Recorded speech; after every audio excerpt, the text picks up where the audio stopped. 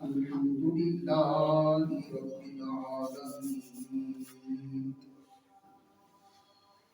والصلاة والسلام على سيد الأنبياء والمرسلين أما بعد فأعوذ بالله من الشيطان الرجيم بسم الله الرحمن الرحيم تبارك الذي جعل في السماء بروجا وجعل فيها سراجا وقمرا منيرا آمنت بالله صدق الله مولانا العظيم وصدق رسوله النبي الكريم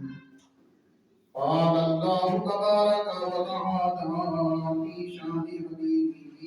مخبرا وحاملا إن الله وملائكته يصلون على النبي يا أيها الذين آمنوا صلوا عليه وسلموا تسليما الصلاة والسلام عليك يا سيدي يا رسول الله وعلى آلك وأصحابك يا حبيب الله سب سے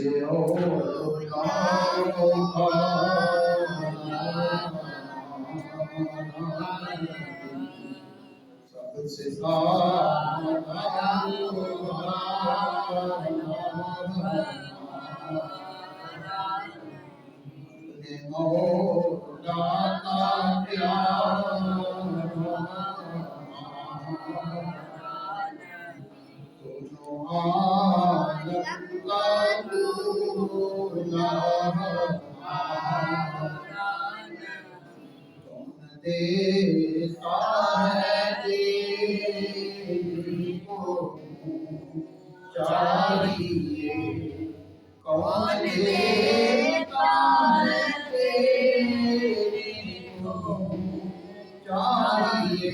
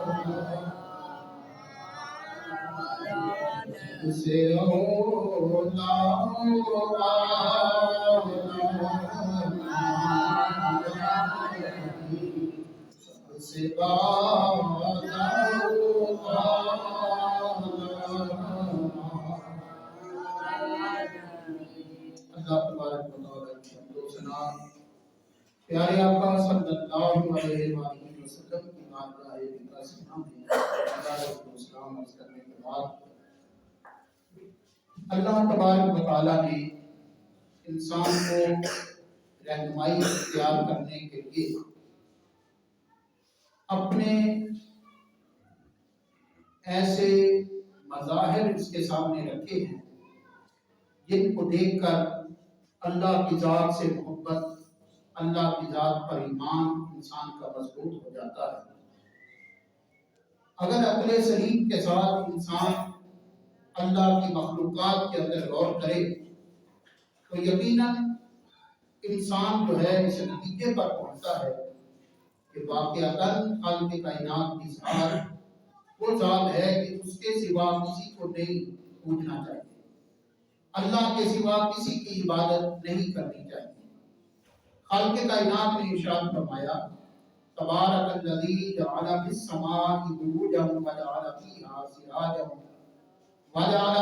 سراجا وقمرا منیرا۔ خالق کائنات نے فرمایا بابرکت ہے وہ ذات جس نے آسمان کے اندر برج پیدا فرمائے، برج سے مراد ستارے، وجعل فیہا سراجا، اور اس آسمان کے اندر اس نے سراج رکھا، سراج کا معنی چراغ ہوتا ہے، تو مراد اس سے سورج ہے، وقمرا منیرا، اور بابرکت ہے وہ ذات جس نے چمکتا ہوا چاند رکھا، وَهُوَ الَّذِي، اور اللہ وہ ذات ہے کہ جس نے رات کو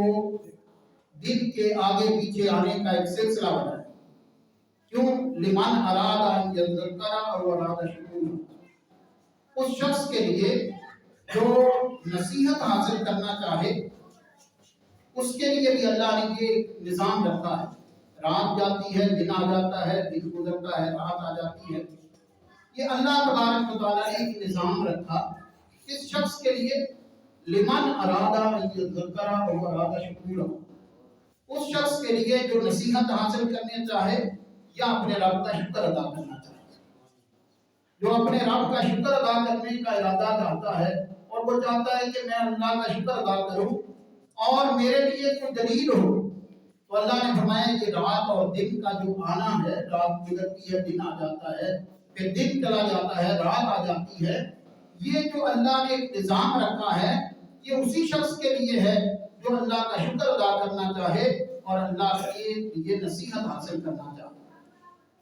ورنہ اللہ تبارک و تعالیٰ کو اس طرح بھی کر سکتا ہے جیسے خالق کائنات نے فرمایا الم تر الی ربک کیف مد الظل ولو شاء لجعلہ ساکنا ثم جعلنا الشمس علیہ دلیلا۔ اللہ فرماتا ہے کیا تم دیکھتے نہیں ہو کہ اللہ تبارک و تعالیٰ نے سائے کو کیسے بڑھا دیا، کیف مد الظل، یہ سایہ کیسے بڑھ گیا، تم دیکھتے ہو کہ پہلے کیا تھا،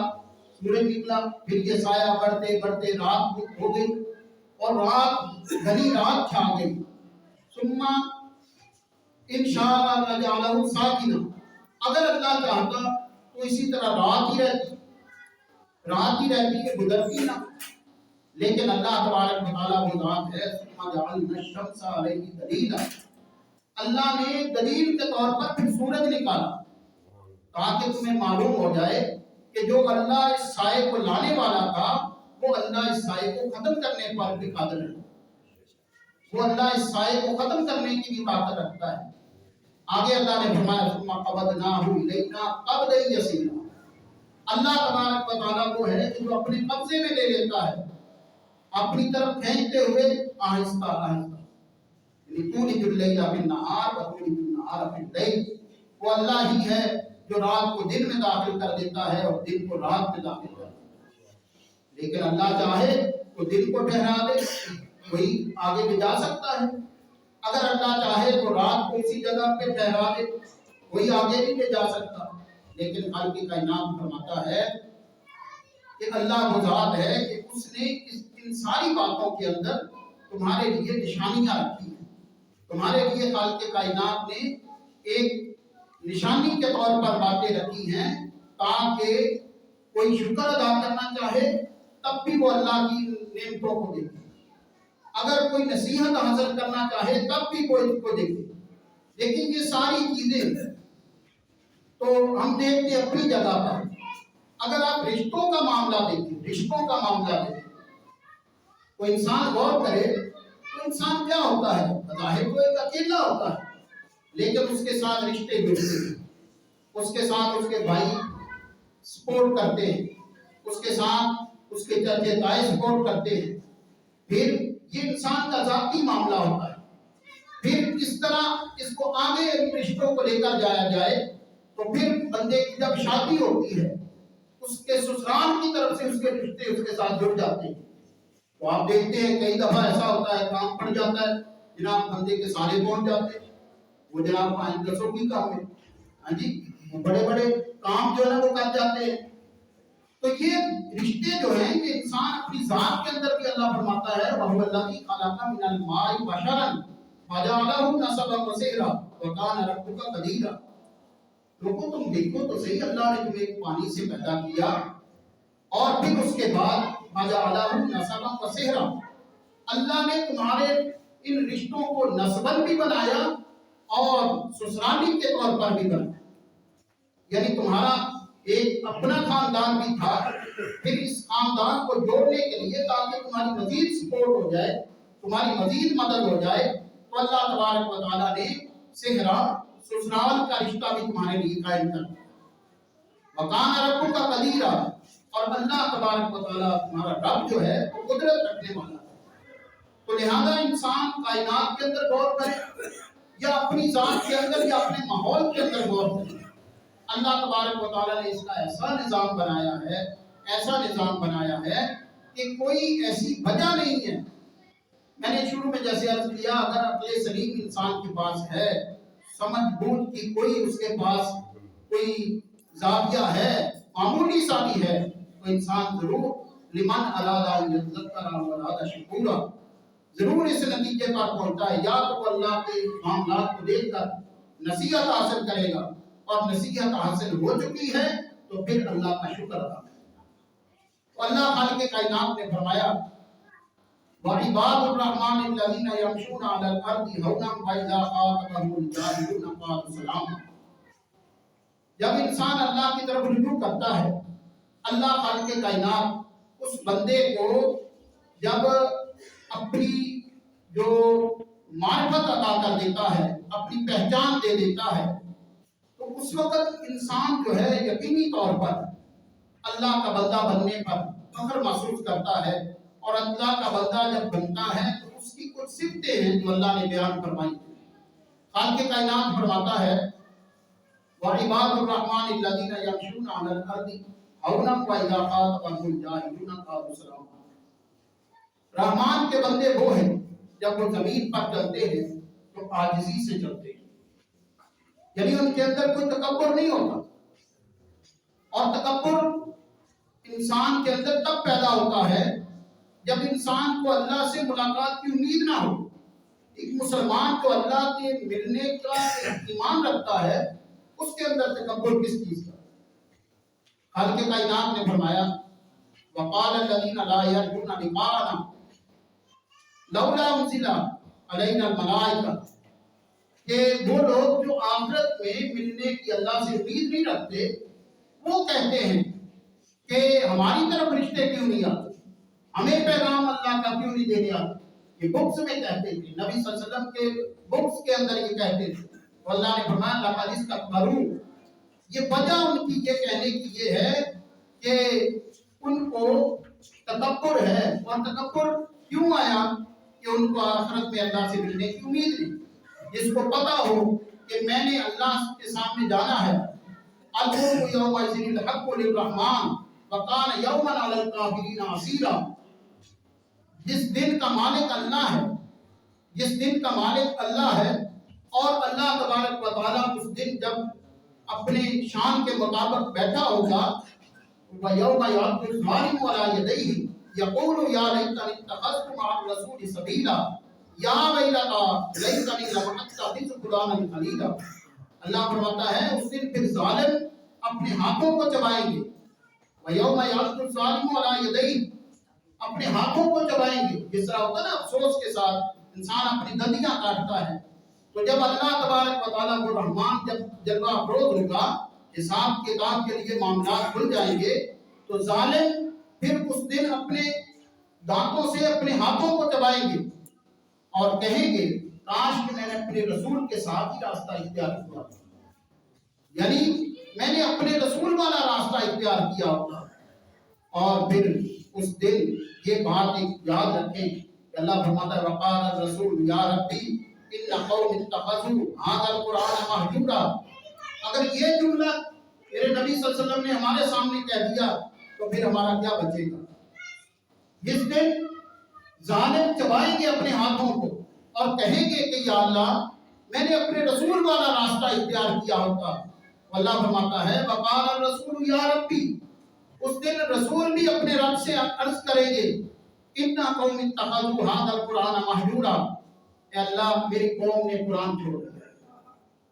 میری قوم نے قرآن کو چھوڑ دیا. اگر آپ دیکھیں کہ وہ دن جس دن نبی صلی اللہ علیہ وسلم کی شفاعت کے طلبگار ہونا ہے، جس دن نبی صلی اللہ علیہ وسلم کی غلامی کی وجہ سے ہی سب کچھ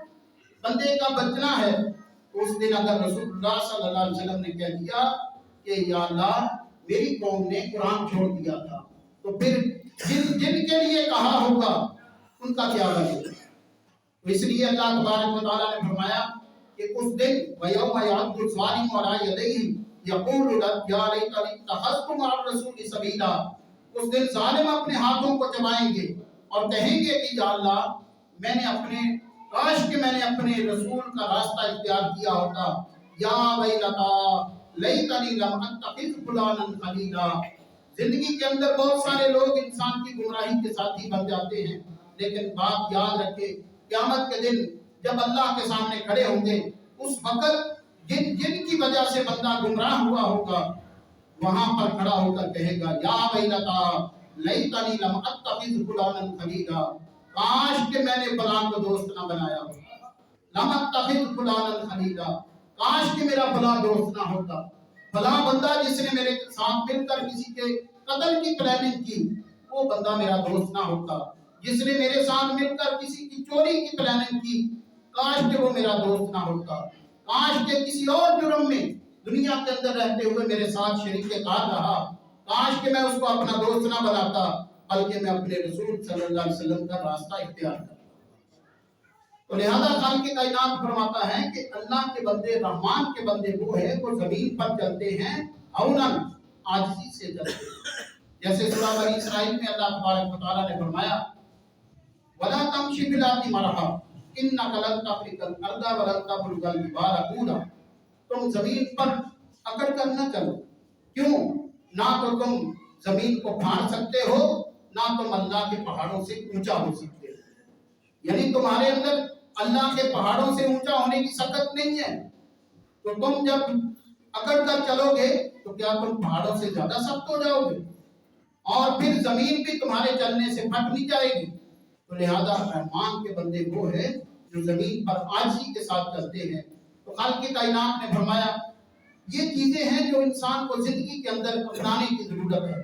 اللہ فرماتا ہے یقولون ربنا اصرف عنا عذاب جہنم ان عذابها کان غراما. اللہ تبارک و تعالیٰ فرماتا ہے کہ رحمان کے بندے وہ ہیں وہ اللہ سے دعا کرتے ہیں. دعا کیا کرتے ہیں؟ ربنا اصرف عنا عذاب جہنم، اے اللہ ہم سے جہنم کے عذاب کو ٹال دے.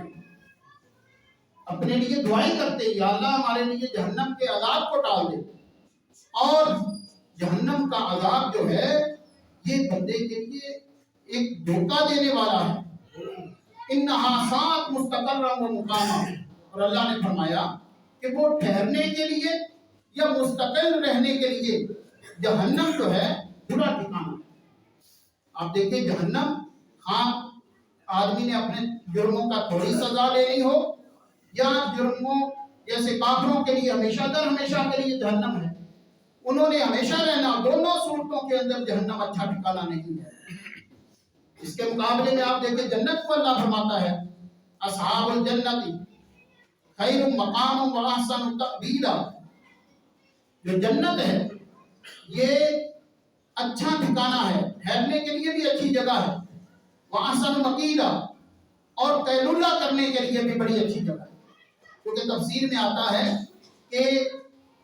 ایک باقی واللہ عالم بالثواب کہ حساب کتاب صبح صبح شروع ہو جائے، اور جس طرح ایک بندہ صبح سویرے بڑی مشقت میں کام کرتا ہے، ہمارا تو رات دن ایک ہی ہوا ہے نا، رات کو سوئے پتہ نہیں دن کو بھی اٹھے نہیں اٹھے، دن کو سوئے رات کو بھی اٹھے نہ اٹھے. ورنہ قیلولہ کہتے ہیں دوپہر کے ٹائم آرام کرنے. تو صبح کے ٹائم بندے کا وہ شروع ہو جائے گا حساب کتاب کا معاملہ، اور پھر جناب وہ جب فارغ ہوگا دوپہر کا ٹائم ہوگا اور جنت میں جائے گا تو بڑے سکون کے ساتھ وہ قیلولہ کرتے ہیں۔ یہ آپ دیکھیں کہ بندہ کبھی صبح صبح سفر پہ نکلے اور سفر پہ نکلے کہیں دور کسی جگہ پر ایز اے مہمان جائے تو وہ مہمان کے لیے آگے جناب بستر بھی بچھا ہو، مہمان کے لیے جناب اچھا وہ سرہانہ بھی رکھا ہو، تو اس کے لیے پانی شانی کا بھی اچھا انتظام ہو، اس کو جناب کمر سیدھی کرنے میں بڑا لطف آتا ہے، وہ تھکاوٹ ساری اس کی اتر جاتی ہے۔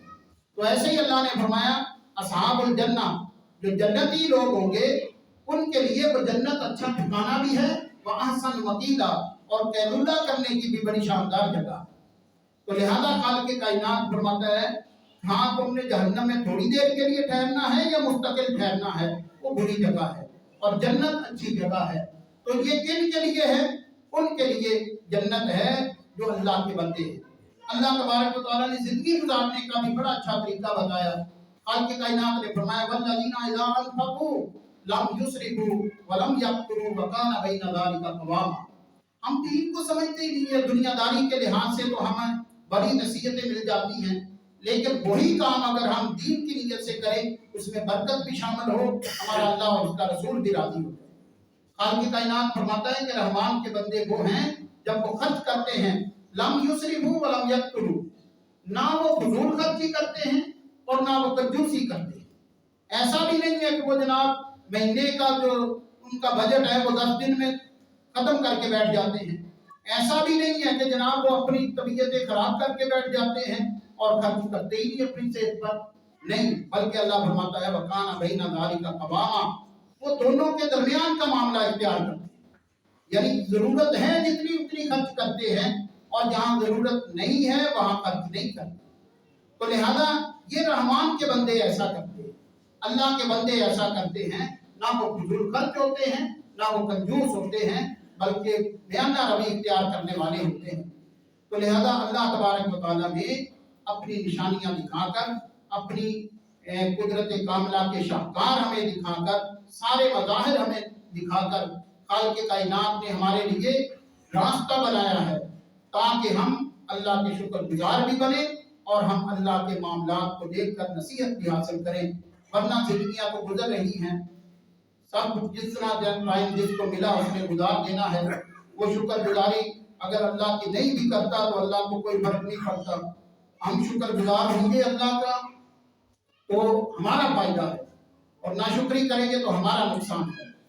اللہ تبارک و تعالیٰ کا اگر نصیحت حاصل کریں گے ہمارا فائدہ ہے،